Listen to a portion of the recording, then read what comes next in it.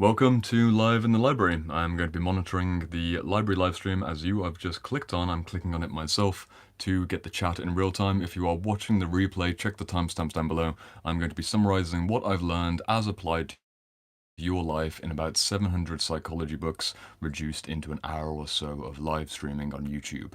If you've never seen me before, I do shadow work, inner work, transpersonal psychology, Jungian psychology, somatic psychology, and a variety of humanistic, humanitarian, holistically psychological things. You can see the timestamps down below. We're going to wait for the community to join in. If you are joining live, please say hello in the chat. Let me know where you're watching from. Today we are doing Live in the Library from the feet because I have gone for a wonderful weighted walk, and then I did front squats, and I'm not quite in the mood to sit down. I did a 20 kg weighted walk in the woods, almost 2 hours of having the vest on me, only 50 minutes admittedly were walking, and then I did front squats immediately after that, and I worry that if I sit down, I will not be able to get back up. So today we're doing OG library live stream on my feet, and I'm going to await questions from you and the other community members. If you are joining live, my friends, I can see there are about 24 of us, people already dropping into the chat. If you have a question for me that didn't get answered last time round, put your comment question as question, all capitals, then a colon, and then a full English, nicely worded, makes sense for me to read, makes sense for other people to follow along with kind of question. Everything is up for grabs. Shadow work, personal trauma work, everything to do with spirituality, things to do with Jungian psychology and the archetypes, things to do with anima, the animus, the mother, the father, things to do with whatever, again, inner work. You know the deal by now. Gonna bring up the chat, I can see it from the chat. Glad I caught one here, loving this content, Jordan. Jamie says, hello everyone, class is here, hi Jordan and everyone else, Toronto, Canada.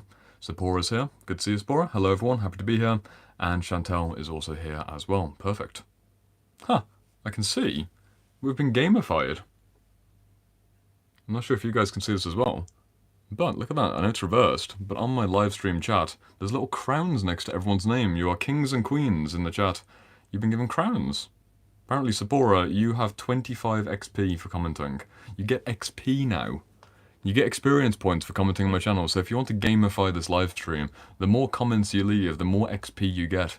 I've become an AFK mobile clicker game. My shadow work psychology has been reduced to a gamified online stream. So if you want to become the top XP ranker in my chat for some reason, I guess that's a new feature that we have.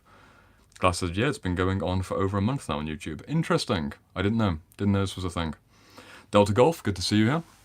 You say in the chat, just caught this on the way to bed, not going to bed now, glad to be here. Well, Delta Golf, if you're not going to go to bed, then please do give me a question I can answer to make it worthwhile for fucking up your circadian rhythms. I don't know where you are in the world, but, you know, mine are thoroughly fucked. I am waking up very late and going to bed very early in the morning, so welcome to the dark side. Amina is here as well, saying hi. Sappora says, wow, that is so surprising to see updates on this. I didn't know I'd be gaming in shadow work. Me neither. Turns out shadow work is all about gamification. We've had a bit of chit chat. If you're joining live, welcome, welcome, welcome. If you are watching the replay and you're enjoying watching me kind of stall for about 5 minutes at the start of every live stream, you do you. If you're watching me on replay, like, I'd recommend going towards the timestamps down below, but I guess you like the fluff. Everyone else who's here live, the fluff continues until I get questions. I do not have a plan, I do not have a script. I merely try and respond to what people want from me. So, questions in the chat. Good to see you here, Dylan. Jamie says, don't sleep at night very often myself. Yes, me neither. I've shifted my circadians to work mainly on the Californian time zone, which from London time is 8 hours back in time.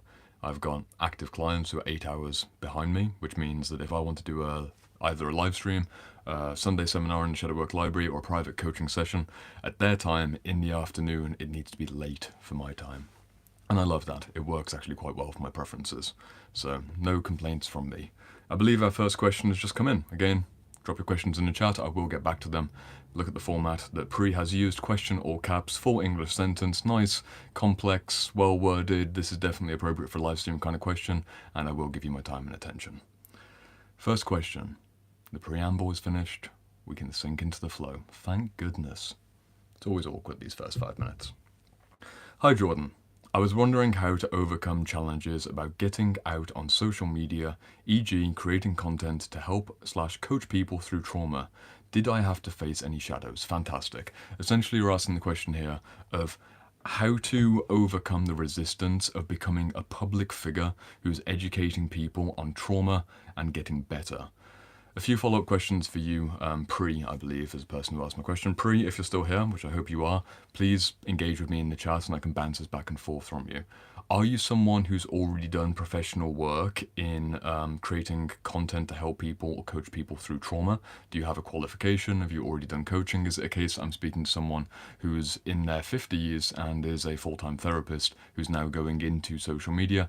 Or am I speaking to someone who's in their 20s who hasn't done yet any professionalized trauma work? You need to give me a bit of context so I can contextualize the question for you. As a general overview of the personal work that I did, while Pri is filling out their information in the chat so I can respond to them specifically. For me personally, to become a social media personality, I started small. I currently have a good sized audience on YouTube. I'm on day 15. Day 15 of the social media immersion challenge, which you can see on my Instagram. 15 days of posting every single day and sharing stories and also filming something professional on the camera every day. It's been a great success so far. I'm also working out every day and walking every day, but for the sake of social media, I'm fully in immersive mode right now. And that is what I also did at the start. I remember back in, I think it was 2019. Back in 2019, I just started talking about things I'm interested in. I wasn't a professional in the formal sense of I've worked with people who've consistently paid with me. I didn't know enough to call myself a professional coach or life supporter. I just stayed immersed in the process. That's what I did personally. Pri, again, you asked a question. If you can be quick in the chat so I can respond to you personally, I can then make this a more interesting conversation. Fantastic, you just came up on the screen. Pri said, I would like to start making content. I'm currently learning how to coach those who have been through trauma. I'm 33 and female. I'm an architect, but I want to help people and move into coaching. Okay, so you're someone who's already got enough life experience in the world of work, and you can see why that would be important for me to calibrate. If you were a 22-year-old graduate and you're trying to become a social media influencer who's helping people through life difficulties, one of the likely frustrations that you might encounter is that nobody really wants to hire you or listen to you because, unfortunately, ageism is a thing and you will be perceived as being a bit too young and a bit too naive unless you have gone through a particularly exceptional story or you have particularly exceptional training. There can be exceptions to the rule, but generally to get into coaching and mentoring, you need to carry an aura of having seen things, learnt things, and have things to share. So as a 33-year-old who's already got a full career and you want to do something else, you are in a great position. You also say in the chat, I want to be mindful, but also grow thoughtfully. Okay, I see. I don't want to overcreate just to gain a following or become saturated in the market. I know you're careful about how you deliver your content.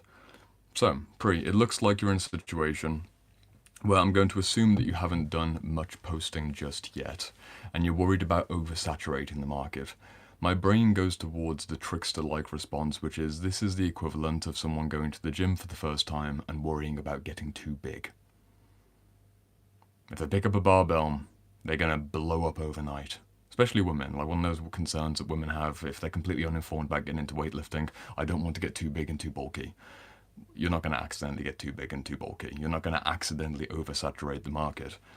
I'm currently in the process of sharing every day on social media via my stories. I posted consistently on YouTube 2 full videos per week for about 2 years in a row. Currently doing 1 live stream and 1 full-time video on YouTube, and I'll often do posts and polls and community questions. It is up to you to decide if that's oversaturation. I have also tried experiments where I've posted 3 times a day on different platforms. I've hired people to help me out with things, and none of it worked. For me, that is the category of oversaturate. But realistically, if you are posting meaningful content 3 to 5 times per week, and it's good content, probably takes you a couple hours per day because you're recording something meaningful, you're doing all the prep and the marketing, you're writing something meaningful, you can expect, realistically, to do 3 to 5 posts per week, building your expertise in public, and you'll need to do that for several years in a row to really gain traction. Several years in a row. I see Alex in the chat, there was a great comment there that I only partially read. You said, You want to avoid becoming too popular online, ? I know that a more personal connection with your audience is important to you. That is a great point. Alex maybe has watched a previous live stream or you've read something that I've said elsewhere. I personally, although I'm near 100,000 subscribers on YouTube, I don't think that my actual cap is necessarily very high. People have commented over the years, like, I can't wait to see you have 1 million subscribers. I can't wait to see you have 5 million subscribers. People throw out massive numbers. I think realistically, I can manage a core audience of actively, if everyone was watching, 100,000 would be a push. 100,000 subscribers doesn't mean that you get 100,000 people watching every single week. You can see the views on my videos. A good video might get to 30 or 40,000 views. Average videos sit around the 2,000 to 3,000 mark. I've got a core audience of about 5,000 people. According to YouTube, about 20,000 people watch my channel week by week, even though the big subscriber number is a much bigger number than 20,000 per week. I have hesitated in the past of doing topics that would grow too quickly because I don't want to lose my fundamental skill as someone who's a one-to-one teacher who likes conversation on a one-to-one level. I now have the Shadow Work Library, which has about 134, 135 members, and that's a one-to-many in the form of a small group, but I can also have private conversations. I do have private conversations with students who reach out to me on a week-by-week basis, and we do keep the conversation going in an intimate way. You can't do that with 10s and 20s and 30s and 50,000s of people. You end up broadcasting. If you already know what you want in terms of, I don't want to oversaturate the market. I want to build an online reputation. I don't want to get too big. Don't worry about getting too big too early. I mean, you're irrelevant at this stage in the best sense possible. If you haven't built a social media channel, you are irrelevant and you've got many opportunities to mess it up, not get it right, and then refine your craft. You need to reach a lot more people than you will ever touch deeply. Think of this live stream. There might be, 3 or 4 dozen people watching live right now? Maybe 1,000 or 2,000 watching on repeat. How many of you, maybe not you, will actually message me and talk to me personally? How many people in this live stream are Shadow Work Library students? There might be 5 or 6 of you, in which case welcome. I'll see you in the Sunday seminar. There might be 1 or 2 of my current clients here. I don't know just yet. Sometimes they lurk, sometimes they stalk. I don't know who's watching me in this exact moment. But what I do know is that a much higher magnitude of people will watch free things that you put out on the internet who won't take the step closer to become a paid client, a paid student, and you get to form a personal relationship where you really get to help them with things like trauma work. You asked specifically, how do you build an online social media platform to then support a transition into helping people with trauma work?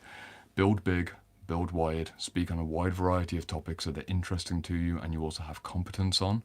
Post it consistently for 3 to 5 times per week, more or less, depending on the platform, and do it for about 2 to 3 years. And you will then be in a situation where realistically you can start to be a bit more picky about, should I oversaturate, what should I refine down to, and then you've got more of an active business with a cash flow that's less of a social media journal of trauma interests. Be patient. Hopefully this answers the question. Again, I could go much, much, much deeper into this. It's something that I speak about with some of my private clients who are building businesses, and in the coaching and therapy space, we talk about literal things like how to move number from 2,000 per month to 10,000 per month. I now sound like one of those YouTube advertisers of how to make 10,000 per month from online coaching. I'm going to give you an advert. Stop right there. This is your bank account. Your bank account looks like this. It could look like this, and with my special secret method, the special secret method is be very good at what you're doing, be consistent in what you're doing, have a likable personality that people want to connect with, and have really clearly delineated offers and services that you can fulfill at a very good standard, and you will have a profitable business. That's more or less the secret formula. But people like to have optimized video sales funnels and all kinds of email marketing things, and they can, you'll get a cool sales launch for like a few months, and then you have to do it again, but I'm interested in multi-decade reputation. So that's the kind of response I gave to you, Pri. Good luck. Pri, you said, I'm happy to be popular, but I think my fear is not being taken seriously if it's just continuous posting. Pri, that is a silly idea. Banish that from your mind. Why would you not be taken seriously if you're posting consistently? From my perspective, if you're posting consistently and the posts are good, you will be taken seriously. If the posts are bad, maybe you won't be taken consistently. So it's potential shadow work reflection for you. If you worry that you won't be taken seriously, it could be that you know you're not yet at the standard that you want to be, in which case narrow your range of topics to things that you're really comfortable teaching about with a level of professionality, and don't touch things that you're not ready for just yet. Come back to it in 6 months' time. That was a good question. First question of the live stream. Good 10 minutes. Let's see what the next question might be. Maybe something completely unrelated. Chantal. My anxiety has been taking over my life lately. I've been trying to focus on movement, journaling, and meditation, but I'm still struggling to ease it. Any tips or book recommendations for this? I recently released a video, Chantal, which is the difference between being worried and being concerned. A worry is something which is more superficial, more passing. It's like emotional weather. A concern is something which is deeply anchored in values. It is a deep concern. For example, you can be worried. I will bring up your question again just to get the specifics right. You said anxiety has been taking over your life lately. You've been trying to focus on movement, journaling, and meditation, but I'm still struggling to ease it. Any tips or book recommendations? Okay. You've been symptomatically doing movement, journaling, and meditation, and these might be combating the feeling of anxiety and worry on a day-by-day basis. If this isn't working, I would invite you a stage deeper, which is to look beneath the worry and find the core concern.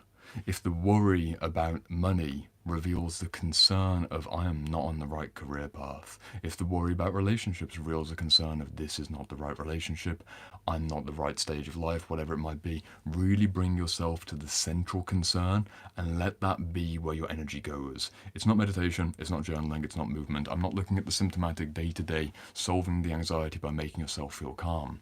One of the controversial things that sometimes is completely appropriate to do, either in a therapeutic moment or with yourself as your own therapist, is that you don't down-regulate yourself, take a few breaths and come back to center.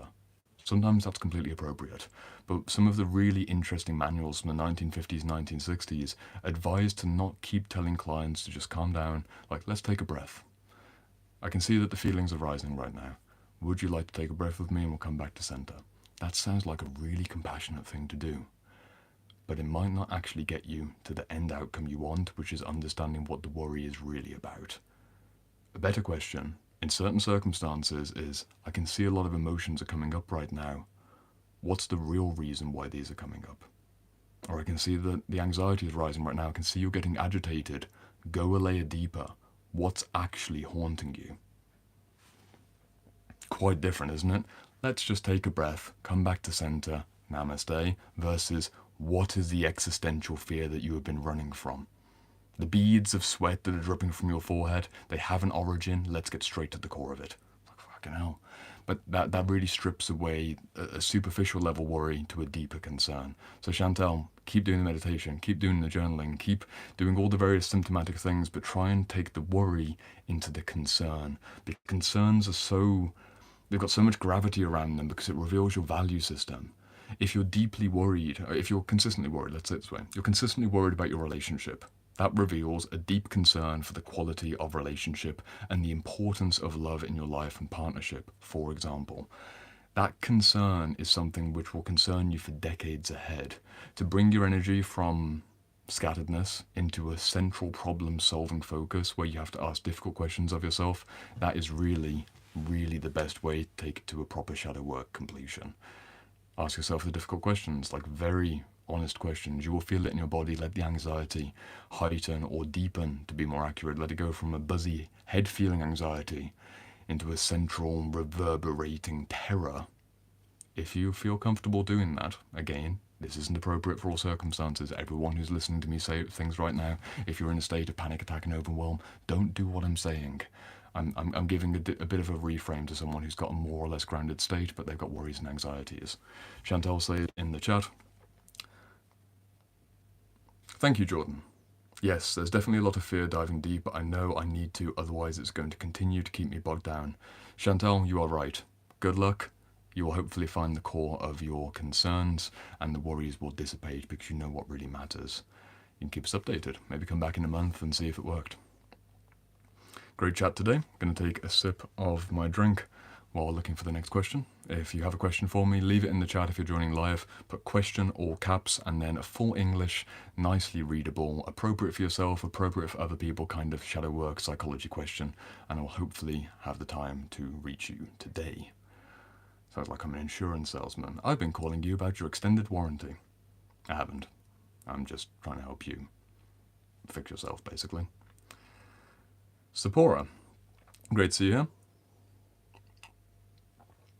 May I know how can you respond to someone who's felt insulted by you? Bracket parental figure. You thought you resolved it, but they are still upset. I feel frustrated and don't know how to communicate. An apology back that feels sincere and not angry due to feeling strong emotions and resentful. How to apologize, but also how to apologize and make something right when you feel frustration. You thought you resolved it, but they're basically holding a grudge. Is that basically the situation, Sephora? This particular figure is holding a grudge towards you. You feel like they're not accepting the apology, and your frustration levels are rising. In essence, you said, how can I walk through those strong emotions to bring forth an apology that feels appropriate and sincere and not like giving in and people-pleasing a parent? Knowing you personally, because you're one of the Shadow Work Library students and we've built a relationship, I will keep your details confidential because we're in a public forum, but calibrating to your particular kind of situation and everyone else is in similar situations, I would say something like, I trust that you have given a conscious response that would be appropriate. I trust that you're the kind of conscientious person, like all of the Shadow Work Library students that I see every single week, you're a conscientious person who is more or less calibrated towards what probably an appropriate apology would be. If you have already done that, but another person in your life is not accepting the conscientious apology that you've already given, it is no longer your responsibility to hold that. It will create more tension for a period of time. But if you're already aware that you might people please and overextend, you can hold yourself firmly in, I've apologized for this, I release this from my heart.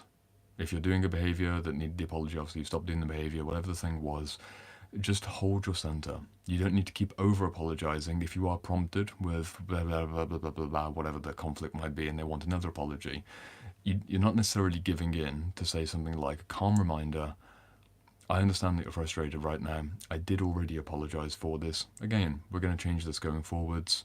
Let's move on. A reminder and a redirect is something like the best strategy in a situation where someone will not accept your apology. They're basically in a situation, more often than not, where they're spinning their wheels for a while and they just need to run out of fuel.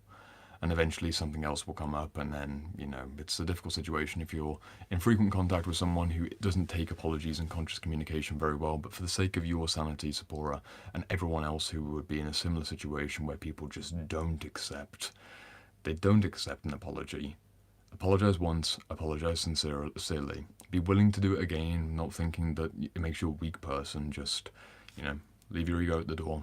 Not literally, that's the casual. You can't literally leave your ego at the door if you really understand ego psychology. That's just one of the things that people say. But leave your ego at the door, metaphorically.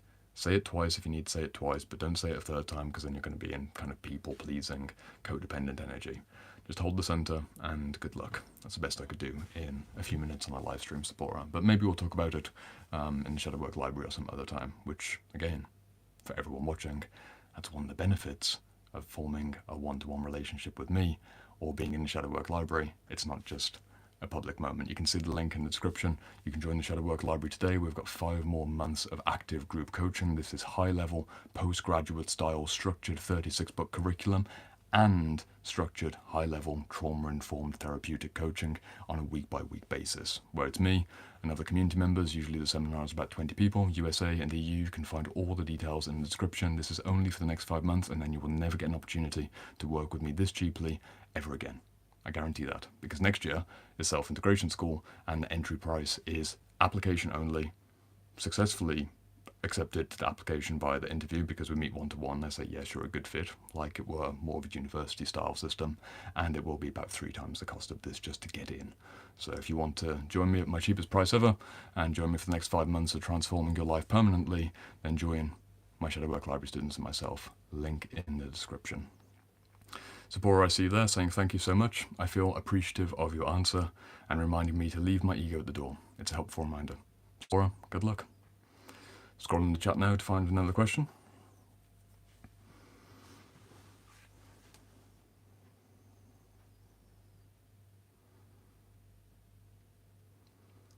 Amina Calafat asked, Jordan, did you feel an overwhelming tiredness after shadow work, and how did you actually rest without any sort of unhealthy escapism? I just went to bed. I'm fortunately very skilled at resting, which is a weird flex to have. I'm very good at sleeping, but I am actually very good at sleeping. Actually, there's a story here. Why am I very good at sleeping? Unfortunately, I grew up in a very, very loud family home where there was a lot of shouting every single day. I mean, every single day for the 18 years that I lived in my family home. There was shouting, there were dogs barking. It was a loud, chaotic environment. So thankfully, although it was a horrific environment in many ways, it was a bit too much sensory overwhelm all the time, I developed a particular skill set from being a young child of coming home from school, and even though there's shouting and barking and all kinds of things happening, I learned how to just sleep through it, which then as an adult means I can fall asleep in loud public places and just sleep and completely check out from the environment, even if there's lots of external stimulation. That same principle also applies to internal stimulation, more or less. My wound has become a gift in the sense of I grew up in a chaotic environment, so when I feel chaotic inside because I encounter something, I can more or less just lights out and then sleep for 9, 10 or 11 hours. But that's my personal temperament. Not everyone will be so gifted with that particular kind of childhood developmental trauma and needing to be able to check out from a conflict zone. But if you're someone who has high anxiety, my best recommendations are probably to burn off some of the stress with exercise close to bed. Something like a calorie burn, a good heavy lifting session, a long walk. I like doing weighted walks, having some nice heavy food. For me, I like whole foods, organic food, but nice heavy carbs before bed. They tend to knock me out quite well. Again, this depends on your particular temperament. If you have a problem resting overall, shadow work is going to amplify that from time to time. The best way to not be distracted and use the phone and get away from things is just keep the phone off. If you're worried by something and you don't want to distract and escape, stupidly simple answer, just don't have your phone in your bedroom and just go to sleep, which sounds ridiculous and it sounds like that's not the solution, but really there is no other solution apart from burning off the energy on a day-by-day basis, dump it all out into the journal if something's going into your mind, and then basically just sleep. Good luck. Again, I know it might not be the answer you're looking for, but there's very few things practically in a minimal way that I could suggest apart from dump out the thoughts, dump out the physical energy, eat something heavy and grounding and centering, and then prioritize being in a sleeping situation. Eye mask, earplugs, whatever you need.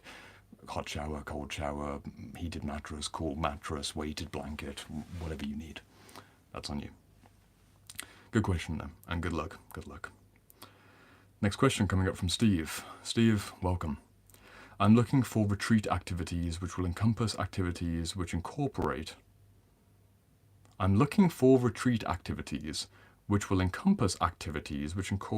Ken Wilber's quadrants and levels of consciousness. Do you have any ideas for this? That is a very niche question, Steve.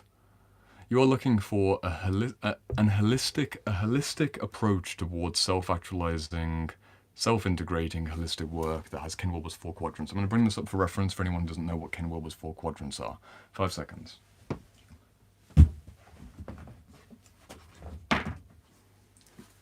On my desk is A Brief History of Everything by Ken Wilber. I know it is reflected on your screen. You can screenshot this if you haven't seen me hold up this book before, somehow, maybe. And 4 quadrants are referring to a very particular model of mapping consciousness across the individual, the collective, and human society, all the way in and all the way out. Hopefully there is a quick diagram inside of here that I can find for us for the sake of illustration. I think you're going to struggle to find a retreat that offers all 4 quadrants at once. There we go, we've got them. All 4 quadrants of the interior individual and the objective/exterior individual and the collective. There's not really much point me holding it up because I know it's mirrored on your screen.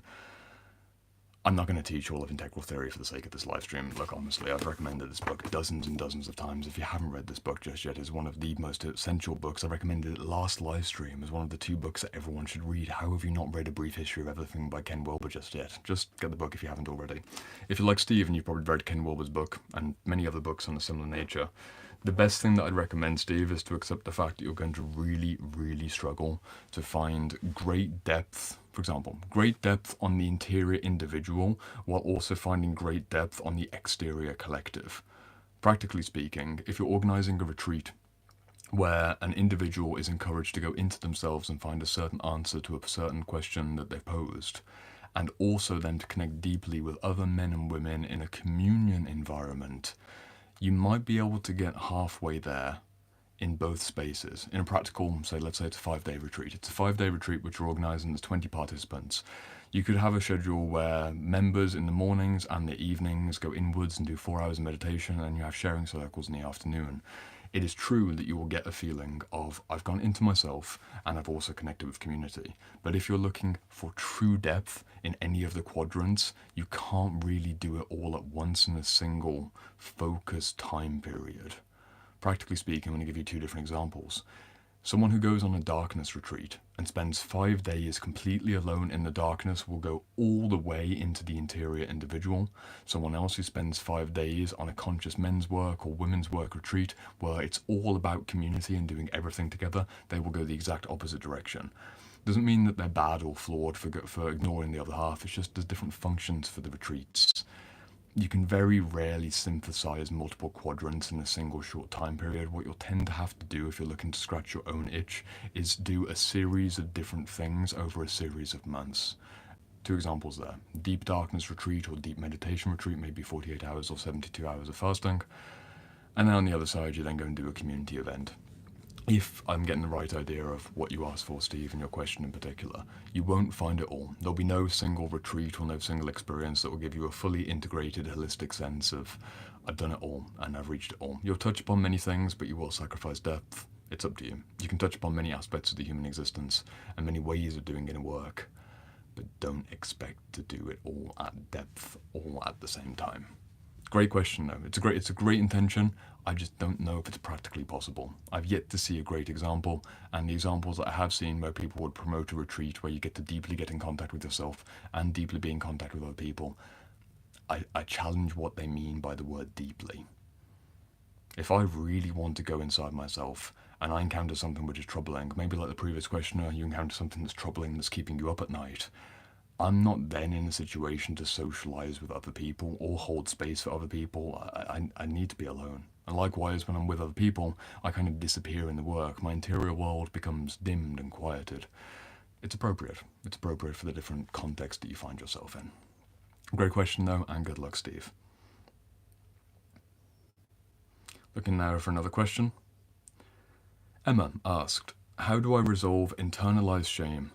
I've had it for as long as I can remember. One of the ways it comes up for me is intrusive thoughts and rumination of the shameful experiences. In short, Emma, if you are someone who suffered from this for decades, it might be the case that you need a new identity upgrade of being someone who's not a shameful person. You know, based on the research, I'm going to give you a cold read. You're probably so deep into the shame literature that if I recommended Healing the Shame That Binds You by John Bradshaw, if I try and distinguish the difference between healthy shame and toxic shame, you'd understand what I'm talking about. You're not at the beginner level of dealing with the shame issue. What might have happened is that you've over-identified with I'm struggling from shame, and you're almost too condensed in the problem solving itself around the shame. This is not the answer for everyone. This is perhaps the answer for you in particular, Emma, based on how you've worded that question. If you spent multiple years tackling the wound of shame and you still seem to be stuck, stop addressing things through a shame-based perspective, in the sense of looking for ways to resolve the shame and shame being the central issue that you're looking for. Why not swap it out towards something like fulfillment or mission or beauty or connection and just add more energy? You very much got work with the dark and dissipate the dark, but sometimes it's way more appropriate to just focus on the light, because there's two schools of thought here. Deal with the shame through various somatic, traumatic, inner worky exercises and processes over multiple years, and then one day you will wake up and find yourself basically not shame-based. That's one angle of approach. Another angle of approach is to get towards a basically non-shame-based lifestyle that titrates downwards non-shame-based feelings, and they kind of come into conflict with your heart, and eventually your positive, non-shameful choices, non-shameful living environment, non-shameful stimulus that's coming in will basically tilt the scales, and you've got 60% more light than 40% dark.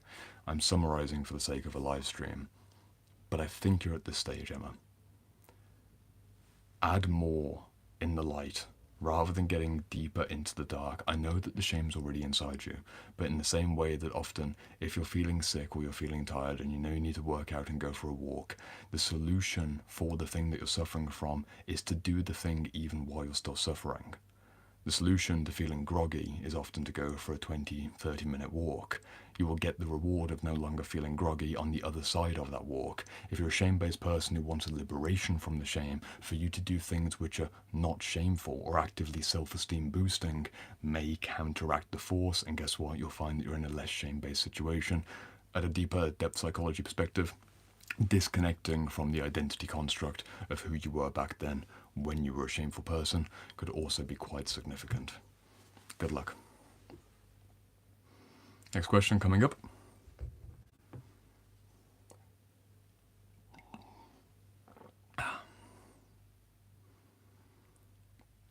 Mitchell, great question.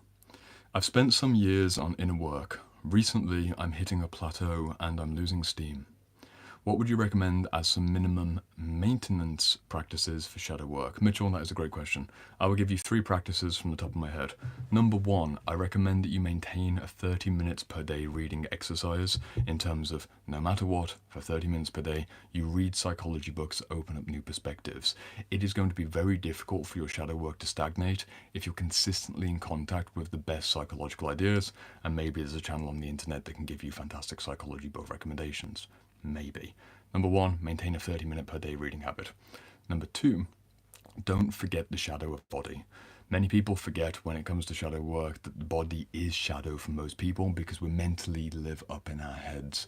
To have the skill of checking in with what's going on inside, but quite literally like your musculature, your fascia, your tightness, your soreness, your stiffness, self-care and self-maintenance through how is my body doing can often reveal the deeper emotional level beneath. You want a minimum maintenance practice. Why am I recommending you pay attention to your body and how tired and how stiff you are? Because if you maintain the perspective of my tight shoulders, my tight neck, my irritated guts, my congestion up in my face, my irregular heartbeat, whatever it is, that is a symptom of something physical. But I bet there's a shadow work question beneath this. Why? What's the deeper psychological reason why I'm suffering from this?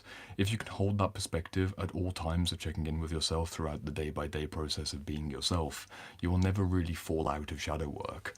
You're always looking deeper into anything that you might suffer from. So the 2 things together right now in terms of bare minimum maintenance mode shadow work when you're losing momentum, 30 minutes per day of reading, that is super simple. You can do 30 minutes per day. You spend way more time than that on YouTube or Instagram, whatever platform you use.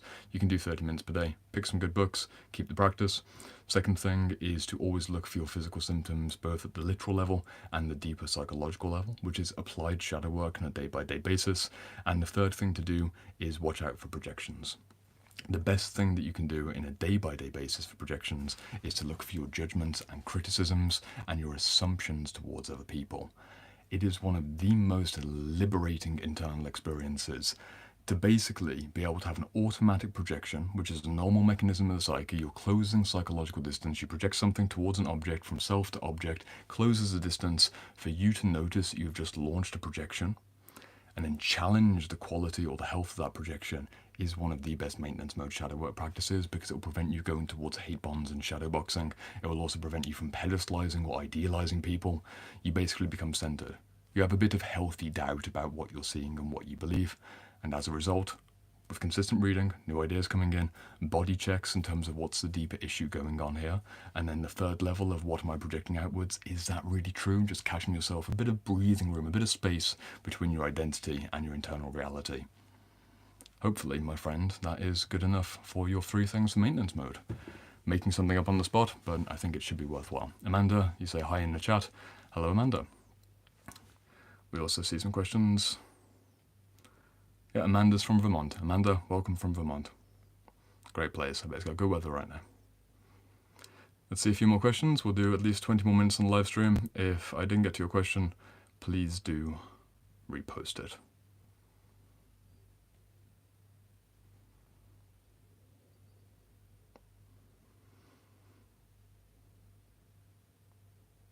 Fahim said, Jordan, I haven't heard your perspective on antidepressants. Do you believe there are situations where they can be helpful? If so, when do you think it's appropriate to begin tapering off? Fahim, I have worked with several clients who've been on antidepressants or anti-anxiety medications, which are basically in the same category from my perspective of symptomatic relief from deeper psychological problems. I personally do not like antidepressants. My personal experience of being 20 years old back in the day and going to my local GP in the UK, and within a 5-minute consultation of me basically saying, yeah, my mood's off, I'm really not motivated, being given within 5 minutes a suggestion to go on antidepressants, I felt like it was so wrong. Within 5 minutes of meeting a doctor to be given, here's the pills, make it better. I said, fuck that, I'm not doing that. I didn't take the antidepressants. That was also interesting, the last time that I ever went to a doctor. So this was like a decade ago. Last time I went to a doctor was when they said, you should take these antidepressants. And I was like, no thank you, I'm going to fix the underlying issue of my desire to no longer be here, and thank goodness I did. Antidepressants may have softened the bridge. Again, they narrowed the band of reality. They can stop the intensity of the pain kind of welling up and suffocating you. They'll also stop a lot of the joy coming in. They'll numb you out and put you in the middle zone. This can be good as a temporary life-saving mechanism if things are really bad. What I try and focus on in this channel is the genuine underlying root cause of an issue. And when I've worked with clients who are on antidepressants or anti-anxiety medications, or even ADHD medications, sometimes things like Ritalin, usually about a month or so into the inner work, they naturally start tapering off because they know that they're psychologically stronger to deal with the thing that caused the symptomatic anxiety, a lack of focus, whatever it might be. There's certain neurochemical arguments of saying it's an event in the brain. That's all simultaneously true. What I tend to focus on is what's within your power, and also is there something to be said about a healthy, balanced human nervous system and biochemical cocktail of things going on which can be changed rather than taking a pharmaceutical pill. That's my lane of expertise. I don't know all the latest scientific research, but I personally said no thank you to when I was offered the mood-boosting pills about a decade ago. And with God's support, I basically fixed things by looking at the deeper issues. So good luck. If you're currently on something and you want to taper off, I recommend you work with someone professionally so you have accountability. Again, seek medical support. This is not medical advice. Seek medical support if you're on a medication. I'm just a man on the internet. You do you. Looking for the questions. What is, from Amina again, what is an optimal solution to soft, covert manipulation and usual mind games people play in real time? I'm aware, so I keep my chill mostly, but I'm also in martial arts. I'm going to answer this very quickly. Just stop caring. If people are trying to do covert manipulation, I don't want to answer the question because it seems like such a waste of my breath. That's how I feel about this question. People doing covert manipulation and playing their silly little sneaky games. They're trying to wrap you in a spider's web of lies and tactics. What a fucking waste of time. Who gives a shit? Who gives a shit? Who gives a shit? That's my answer. Who gives a shit? I'm gonna do me. I've got more interesting things to focus on. Whatever. I've sometimes had situations over the last 5 years where I can tell clients are lying, well, not all the time, but a good number of times I can tell clients are lying because I understand facial expressions and what people are doing. I'm like, they're lying about this. Oh, I think it reveals like a shame or an insecurity about this. So they're trying to put up a front. So therefore I don't call them out on the thing. I'm there to support them on the thing behind the thing. So I just let it slide by. Occasionally I'll call it out, but often I just don't. Doesn't matter. Don't get caught up in it. If you see someone weaving a web in front of you, it is your responsibility to not step into the web. So that's my strategic advice. Just take a step back and do your own thing. It is literally irrelevant. Good luck. Great questions in the chat. Once again, I apologize. I won't get to everyone. Rennie, I see you joining. Welcome back. Sasha's here as well, and also Kairan is here too. Fantastic.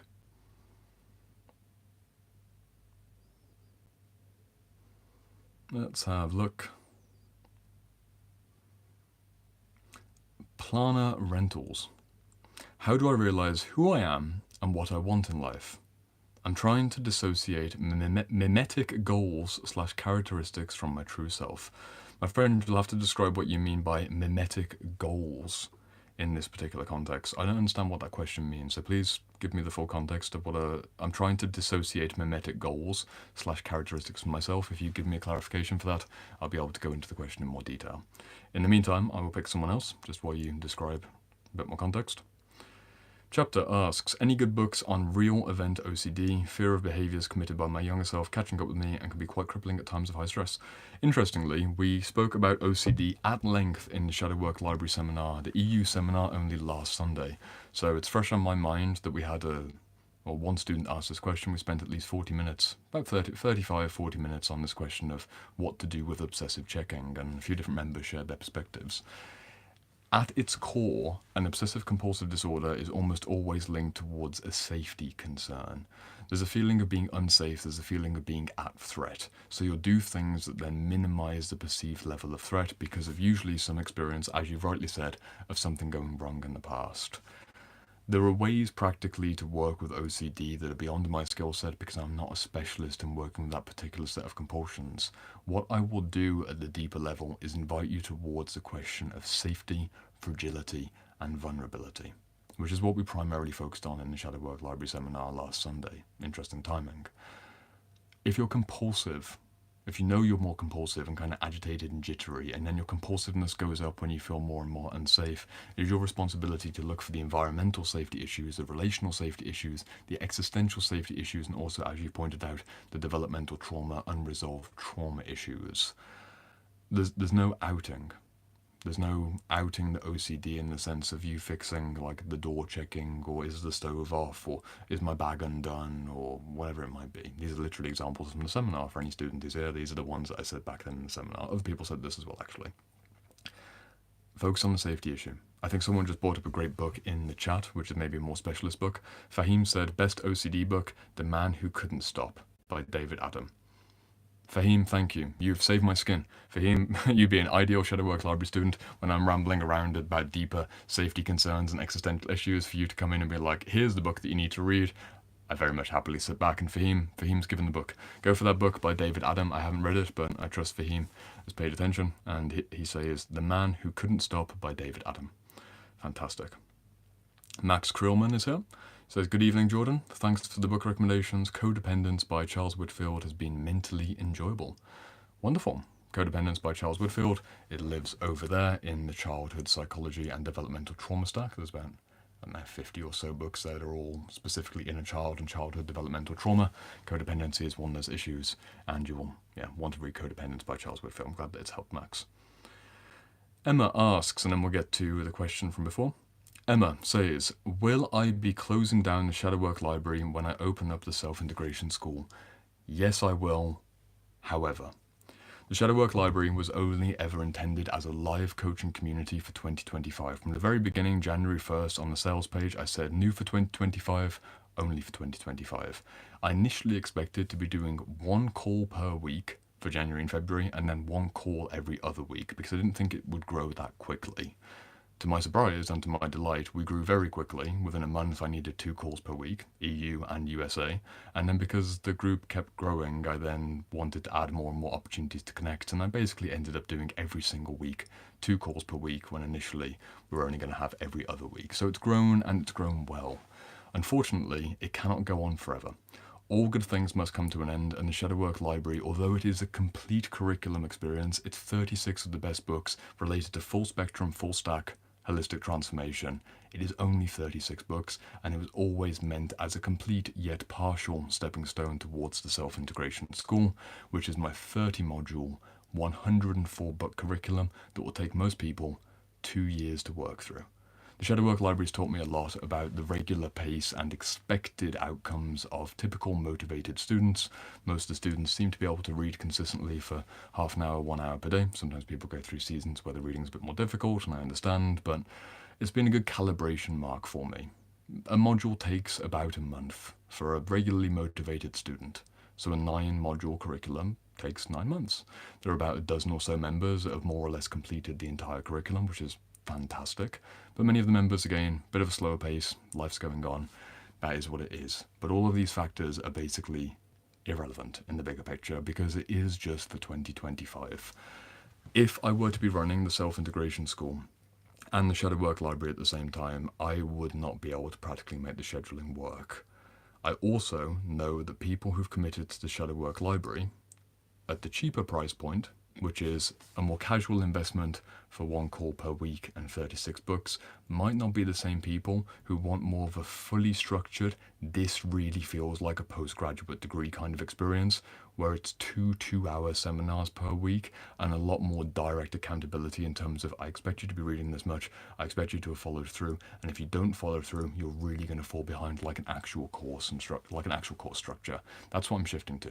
I've learned this year that I am very much equipped based on my mentorship work to do like, let's go, more intensity, let's go, keep going, rather than take it easy kind of approach. I am way better suited towards twice the seminars, even longer, smaller group, more intensive. The shadow work library is still a pretty small group, about 130, 135 members, but even with 2 seminars per week, 20 to 25 people showing up to each of those seminars, about 50 active students per week in the calls, maybe 70, 80 that I'm in contact with. The shadow work library is only ever meant for this year, because for me to teach at my true capacity and for you to really go deeper into the information. Meta moment. Remember Steve's question from earlier in the live stream? He said, how can I have a 4-quadrant approach towards inner work as a retreat? I said, you can't go all the way in and can't go all the way inwards and also have a community experience. I now know as a teacher that for me to deliver the highest quality educational experience, I am particularly cut out for even smaller group who've paid an even higher price point to enter, which for me as a business provider counterbalances like smaller group that pays less versus bigger group that pays more, but also I get to energetically give a lot more.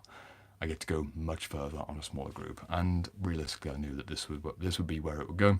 But Shadow Work Library has been a fantastic stepping stone of community building, and there's a few surprises up my sleeve for what might be coming up later in the year. But the last seminar is nonetheless on December 28th.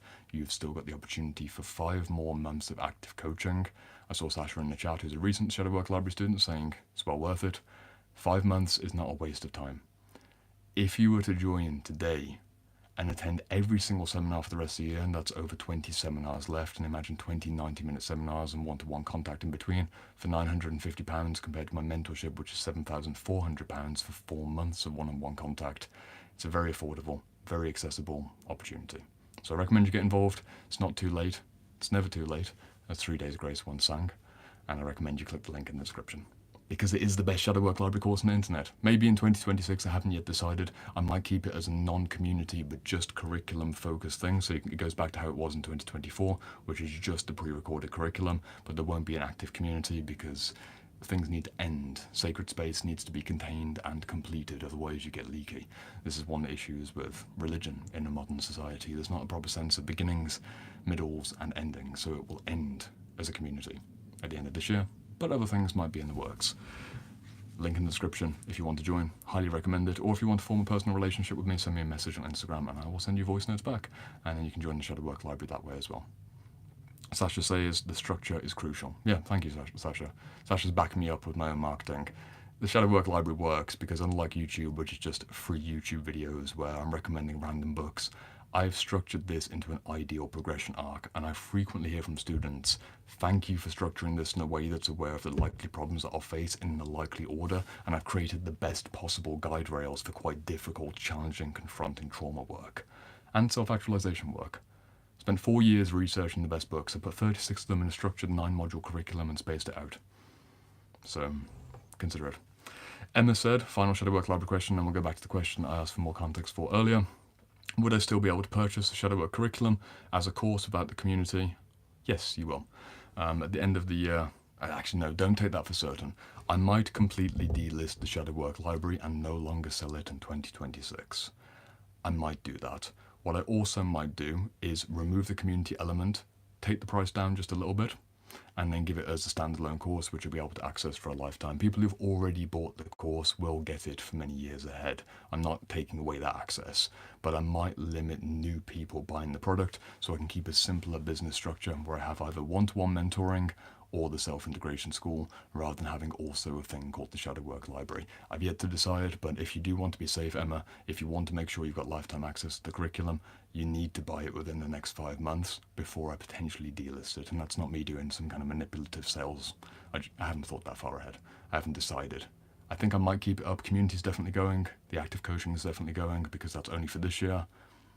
We'll figure it out. I'll see what the demand is. I'll actually listen to feedback from people like yourself. And if some people do message me in January or February 2026 and like, hey, I missed it, can I get in? Realistically, I'll probably send them the link on the down low, but I probably won't have a public sales page or something like this. Again, I recommend you get in now if you want to get in, because then you get to access the community and the coaching and the weekly posts and amazing people.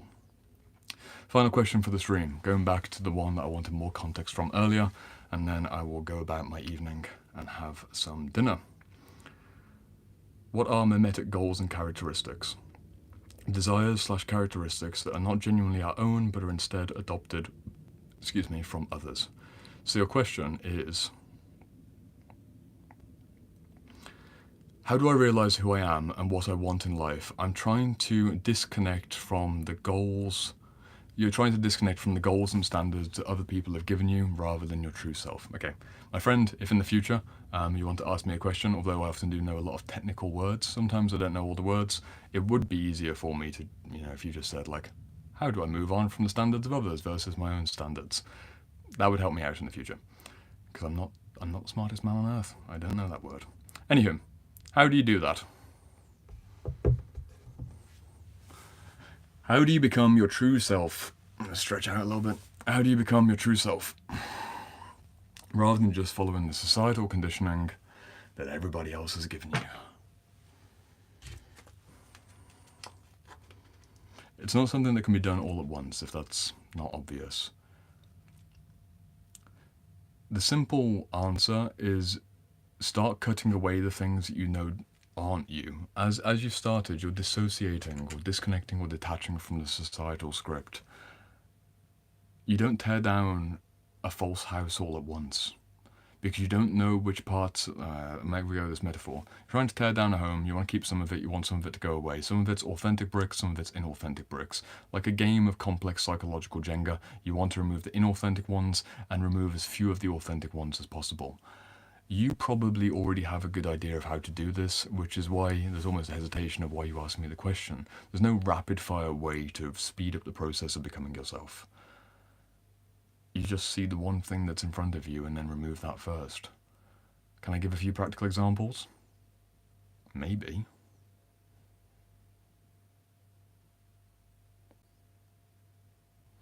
Let's go with relationships. People like relationships. There are societal scripts. For example, listen, you can see this is a fun moment. This might be a sign of me being quite disconnected from societal groupthink, that I can't rapidly summon why this would be an issue, because I've spent too many years in a row being like too outlandish and disconnected from what other people think. Even the previous question in the live stream of how do I not get involved in people's manipulative covert games, I might just say fuck that and fuck that, don't care, leave it. I'm trying to give an example that's relatable. What do people think? You should be married by a certain time, you should have kids by a certain time, do things that your parents want, go to university or not go to university, follow in their footsteps, be an artist or be a construction worker, I don't fucking know.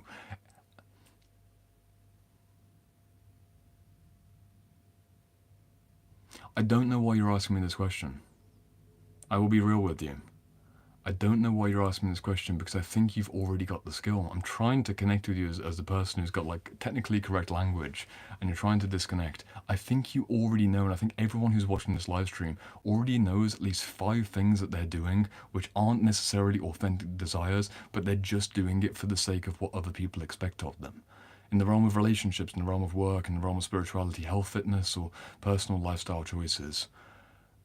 it feels arduous and inaccessible for me to be able to create an on-the-spot example which goes into the complexity and specificity of what you're going through, because you're asking me a question. Look at the problem here. You're asking me a question of how you can be you.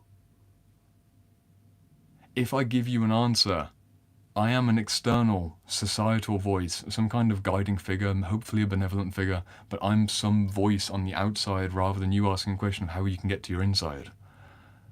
You are the one who decides how you will be you. That is surely the answer that you're looking for.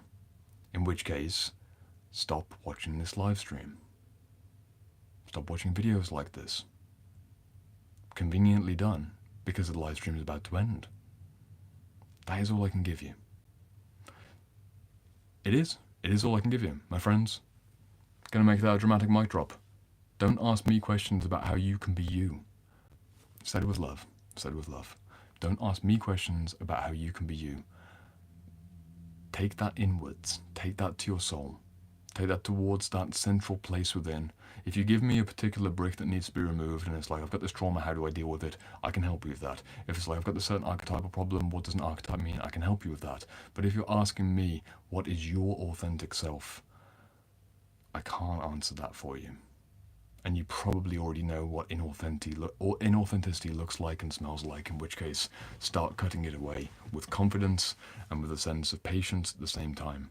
Know that it doesn't happen overnight. Know that you won't become your true self in a year or even a decade. It is a lifelong process. You are more of your true self at neither age 5 nor age 55. It is a process of becoming your true self, a process of authenticity, almost like a level or a meter over time. I've stumbled on this final question of the live stream. See in the chat, it's only you and nature. Fantastic. See class saying, good evening, Jordan. Thank you. If I didn't get to your question today, you know I'll be back next week. That's it. That's the end of the stream. Anticlimactic. You can say anything you might want in the chat. I'm going to read a round of whatever people write within reason. If you want to hear me say something in particular, I'll read it out. Someone said thank you. You're welcome. 1 hour live stream, day 15 of the challenge. And I think we can formally say, because the live stream has been completed, that we are now on day 16. Social media every day, workout every day, walking every day, and doing a professional video on the camera as well. Thank you for joining me in the transition from day 15 to day 16. Chat is suspiciously quiet, but I will not wait for a series of congratulations and gratitudes and random quips here and there. Apart from Rinny, who says, have a nice dinner. Rinny, I will have a nice dinner. And for everyone else, whether it's breakfast, lunch, or dinner, make sure you're eating food that you want to eat. And I'm not talking about literal food. Look at your psychological consumption. Stop eating digital junk. Don't exit this live stream and then go and tap loads of shit. Randomly inspired moment for you to not pollute yourself, but that's what we're going to end on. Stop scrolling around and tapping around, do something more meaningful, connect with your inner self, and you'll be much happier by the time that you go to bed tonight. See you later, my friend. See you next week.